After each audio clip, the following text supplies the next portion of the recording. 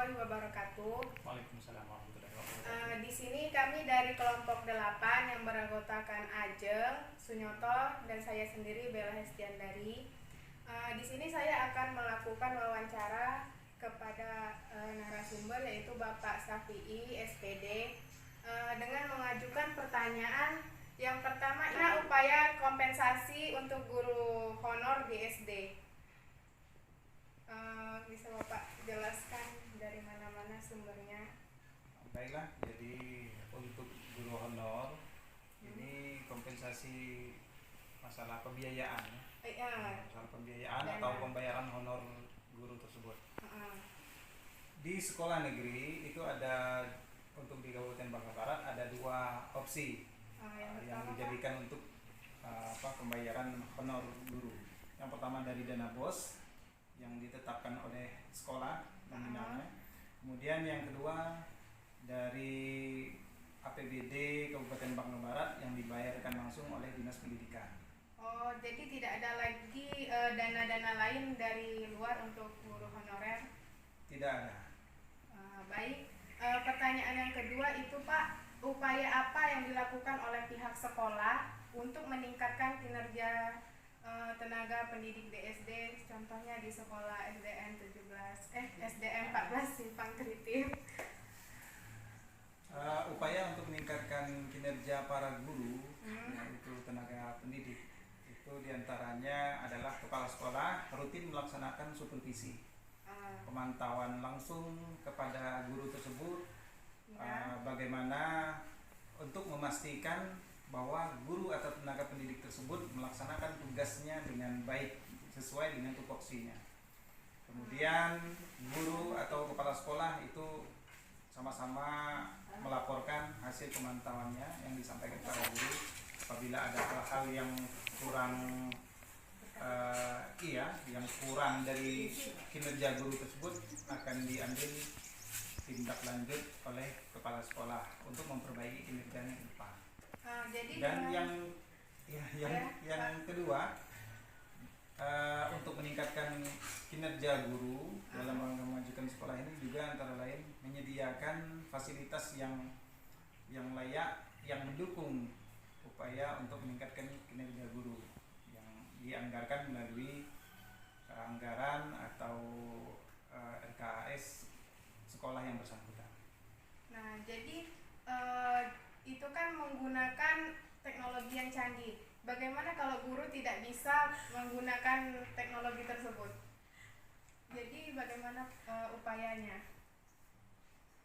Untuk supervisi itu tidak harus menggunakan teknologi yang canggih ya. Jadi guru itu disupervisi oleh kepala sekolah. Kemudian apakah dia melaksanakan tugasnya dengan menggunakan teknologi atau tidak, itu nanti akan menjadi catatan kepala sekolah.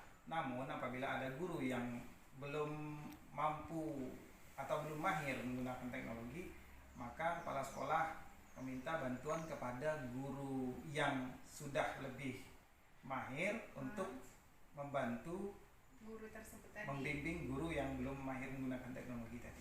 Baiklah Pak, terima kasih atas jawaban yang. Jadi yang ketiga ini, apa saja kriteria yang dipersyaratkan untuk menjadi tenaga pendidik di SD? Apakah harus tamat S1 atau gimana? Ya. Untuk menjadi seorang guru atau tenaga pendidik di sekolah dasar, pada umumnya dia sama. Guru, untuk menjadi seorang guru harus memiliki kualifikasi pendidikan minimal S1. Kalau untuk SD dia harus pendidikan guru SD. Jadi harus linier. Iya. Ada juga guru yang untuk guru mata pelajaran pendidikan agama Islam dan pendidikan olahraga itu tidak harus guru pendidikan sekolah dasar. Kemudian guru itu harus mempunyai 4 kompetensi. Iya, untuk menjadi seorang guru dia harus memiliki 4 kompetensi. Yang pertama kompetensi pedagogik, yang kedua kompetensi profesional, yang ketiga kompetensi sosial, dan yang keempat kompetensi kepribadian. Jadi guru itu harus memiliki 4 kompetensi tersebut. Iya. Nah, kompetensi ini Di antaranya ada yang didapatkan pada saat dia mengambil pendidikan di S1-nya. Seperti itu. Jadi guru tetap harus S1. Jadi ada kan guru yang tamatan SMA kayak gitu. Itu bisa masuk bagaimana caranya? Itu guru tamatan SMA bisa masuk dan mengajar menjadi guru di sekolah itu sebelum keluarnya peraturan yang terbaru. Kalau peraturan yang saat ini tidak diperkenankan mengangkat guru yang belum S1 dan guru yang sudah terlanjur lulusan SMA, dia harus ikut penyetaraan S1 seperti kayak kuliah lagi. Ya, kuliah lagi. Kuliahnya bisa di universitas terbuka yang lebih terbuka ya. Jadi guru tersebut bisa sambil kuliah, bisa sambil juga melaksanakan tugasnya seperti itu. Demikian. Satu lagi Pak pertanyaan. Apa saja alur perekrutan tenaga pendidikan di SD ini?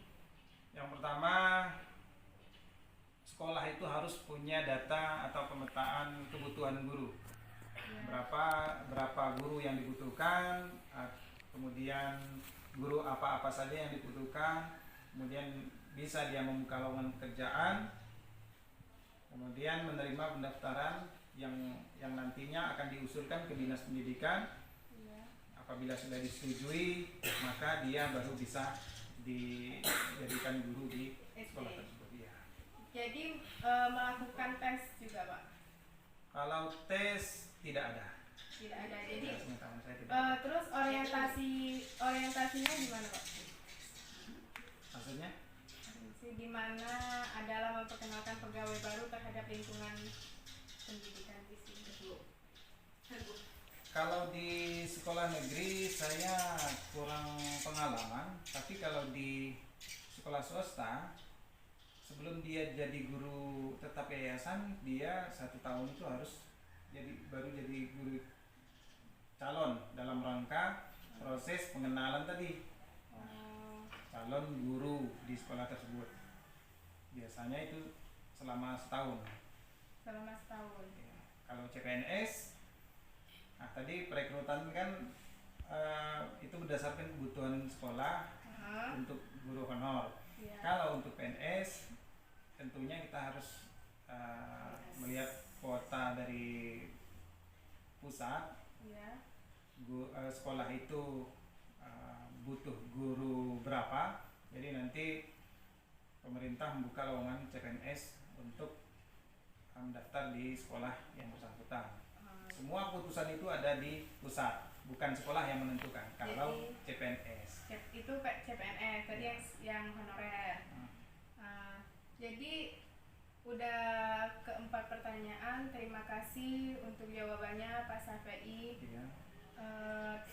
Karena telah menjadi narasumber dari kelompok 8. Kami akhiri dengan Assalamualaikum warahmatullahi wabarakatuh. Waalaikumsalam. Assalamualaikum warahmatullahi wabarakatuh. Waalaikumsalam. Selamat siang Bu. Siang. Di sini saya Ajeng Nur Astuti dari Universitas PGRI Palembang akan melakukan wawancara mengenai tenaga pendidik di sekolah dasar. Sebelumnya dengan Ibu siapa? Ibu Yusma. Ibu Yusma mengajar di SD mana Bu? SD 161 ya. Ya. Di sini Bu, selama melakukan wawancara, saya melakukan perekaman dan nantinya akan diupload di YouTube. Apakah Ibu bersedia? Bersedia. Ya, baik, terima kasih Bu. Langsung saja ke pertanyaan pertama. Dalam pengelolaan tenaga pendidik itu ada tahap perekrutan. Apa saja syarat yang menentukan calon tenaga pendidik itu diterima atau tidak? Ya, memang kalau untuk calon tenaga pendidik di sekolah akan mengadakan perekrutan. Misalnya kita membuka lowongan kerja untuk tenaga pendidik. Nanti akan ada guru-guru calon-calon tenaga pendidik yang melamar. Nah, setelah itu kita akan seleksi. Nah, tentunya syarat yang akan diterima ya yang berkualitas, guru yang sudah berkompeten di bidangnya, misalnya dia sudah berkompeten di bidang pendidikan, terus dia juga menguasai pengalaman belajar dan mengajar, terus dia juga bisa mengadakan pendekatan terhadap peserta didik. Untuk S1-nya itu Bu? Ya, itu terutama ya paling utama untuk harus S1. S1 PGSD. Sarjana ya, S1 anak untuk SD kan harusnya S1 SD. Ya. Lanjut Bu, pertanyaan kedua. Menurut Ibu tugas dari tenaga pendidik itu apa? Tugas dari tenaga pendidik itu yaitu salah satunya mengajar, membimbing, melatih dan menilai serta juga mengevaluasi hasil dari peserta didik. Baik. Pertanyaan ketiga, di SD 161 ini ada tidak Bu pembinaan yang dilakukan oleh pihak sekolah untuk tenaga pendidiknya? Ya, tentu banyak yang dilakukan oleh pihak sekolah terhadap tenaga pendidik. Di antaranya itu pelatihan tentang kedisiplinan guru, terus ada lagi tentang kualitas guru, bagaimana dia mengajar dan mengajar itu. Terus lagi di sekolah juga diharapkan agar guru itu bisa menjadi tauladan bagi para peserta didiknya. Baik Bu, pertanyaan selanjutnya, jadi tujuan diadakan pembinaan itu untuk apa gitu Bu? Tujuan maksudnya? Tujuan kan tadi sudah ada pembinaan dari sekolah, kemudian tujuannya itu biar apa gitu? Oh, tujuannya itu untuk meningkatkan kemampuan guru supaya dia bisa lebih profesional dalam proses pembelajaran di sekolah. Ya, jadi biar kinerja guru menjadi lebih baik lagi. Iya. Pertanyaan terakhir Bu. Ya. Menurut Ibu, mengapa pentingnya penilaian kinerja guru di sekolah?